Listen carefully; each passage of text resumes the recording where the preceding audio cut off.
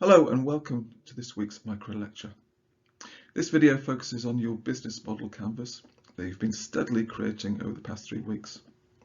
This is your final week and it's now time to hone your idea and bring all parts of the canvas together to create a compelling business proposition.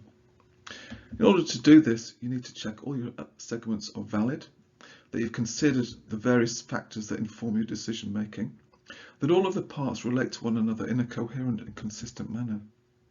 So this video will cover some of the things to think about to ensure a robust and coherent business model canvas. Let's just start by thinking about the relationships between segments. For example, if your segment on customer relationships includes personalization and high contact, then this would need to be factored into costs. It would be expensive. And factored into the makeup of your customer segments.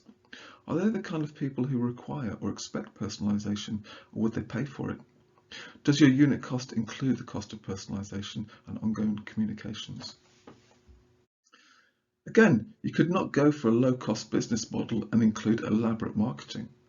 Equally, if your suppliers and sources are local, are you going to be able to compete in a low-cost market, as local suppliers are often more expensive? In other words, ensure these sorts of relationships make sense. Thinking about your partners, they might be, for example, a high-end supermarket such as Waitrose. But would they want to work with you if you were working with a low-cost business model with mass market appeal? Probably not. But it's just these sort of inconsistencies that can make a business model falter. It's best not to think of the 9 segments as tick boxes that must be filled out, but as connected spaces that must work in harmony. However, each segment can be checked for robustness by asking questions.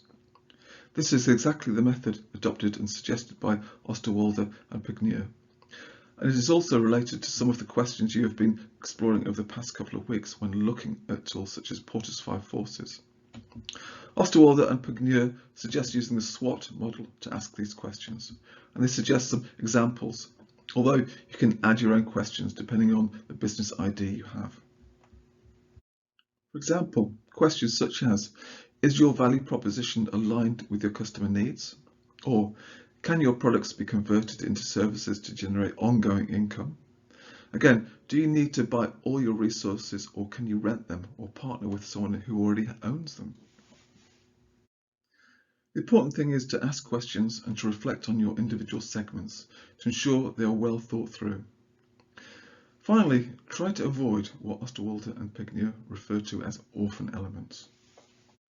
What are orphan elements?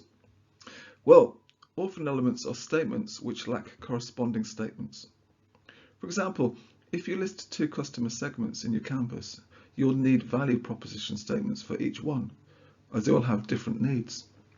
In addition, you'll need a different revenue stream for each customer segment.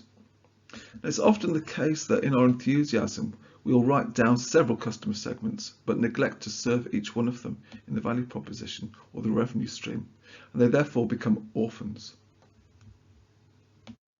In summary then, try to make sure your canvas is coherent, interconnected with all the segments working in harmony, and avoid orphan elements that are redundant and lack correspondence with other segments.